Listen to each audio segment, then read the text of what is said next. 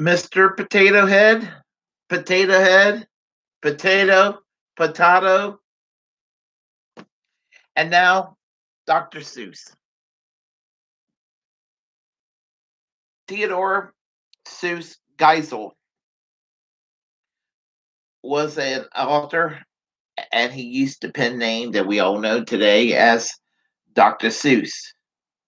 And some of the stories: The Cat in the Hat, Green Eggs and Ham, How the Grinch Stole Christmas, many, many other works. That's pretty much part of the, the literature for the young. And what I can say about it is that in the context of the time it was written, there were some parts of the work that were questionable in terms of race relations and things like that. Meaning that well, I guess you could term racially insensitive.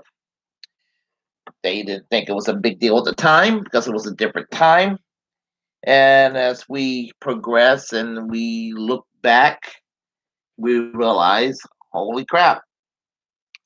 And save your breath for those that wants to talk about political correctness. Yeah, every human being on this planet has a right to respect and that sort of thing. And and that's what it comes down to.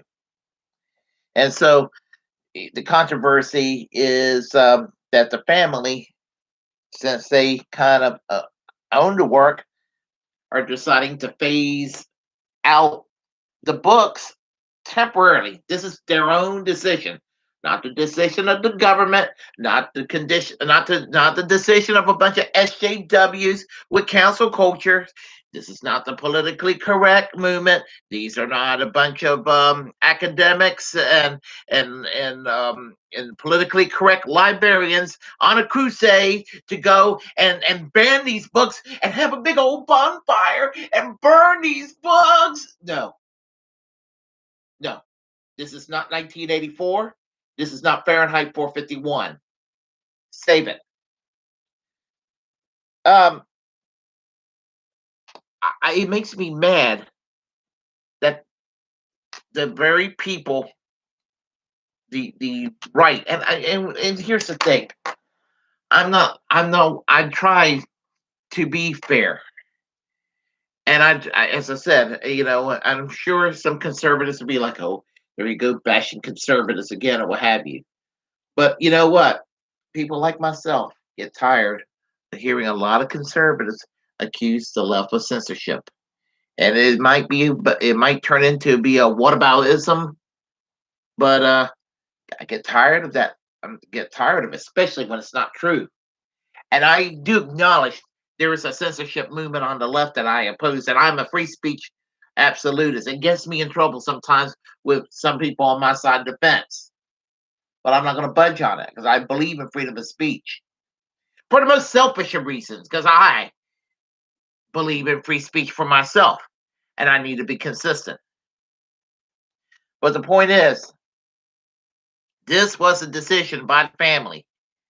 They own the rights to the book, the works, because they were related to him, to Theodore um, Geisel, and they decided to phase it out to either to maybe change the language, what have you, to fit in the context of modern time. What does the right wing people want to do, or some aspects, some factions of the right want to go and turn it into, well, the liberal left wing snowflakes, SJWs want to go and silence and ban and censor. No such a thing. And so they just want to. This is just another chance to just bash on Democrats, bash on liberals, bash on progressive, bash on, oh, the word that scares them the most, socialists. Anyway, that's all what it comes down to, and they want to get their jollies off by being very self-righteous and feeling smug and superior and everything. And I want to sit there and slap some humility into to these partisan hacks. And I don't mean physically slapping them down, but I mean intellectually slapping them down. And Theodor Geisel, I mean, he was not a perfect human being, granted. Now, he was a New Deal Democrat early on. That was a good thing, but he unfortunately supported things like Japanese internment camps during World War II. That's not a good thing. And but the thing is that this whole notion that this is an orchestrated movement by the left to go and ban. It's just simply not the case, not one bit. So stop it with the culture war. I mean, I think I might start doing this on this channel to make an appeal. Maybe start making an appeal once a month so everybody across the political spectrum to stop turning everything into a culture war. I mean, it's ridiculous. I'm more concerned, like with the potato head controversy. I am more concerned about $15 an hour minimum wage, a $2,000 stimulus check that's mysteriously all of a sudden turned into 1,400 because apparently it was a 600. They're like, well, we're just going to give you 1,400 and go make that 2,000. But then they're going to means test it. I said that previously, still relevant.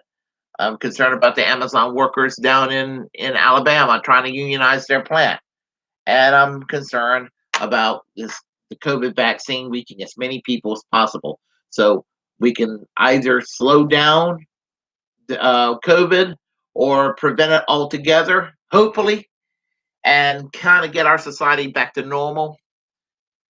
That's what I'm concerned about.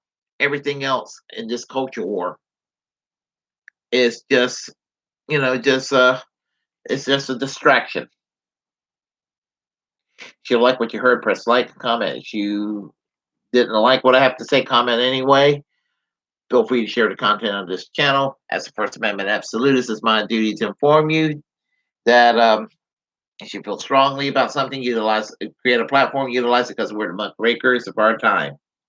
Feel free to subscribe to that on the channel. Hit that subscription button and that notification bell. I am American social democracy. Peace, class struggle yesterday, today, tomorrow, until we have full social, economic, and social justice for all.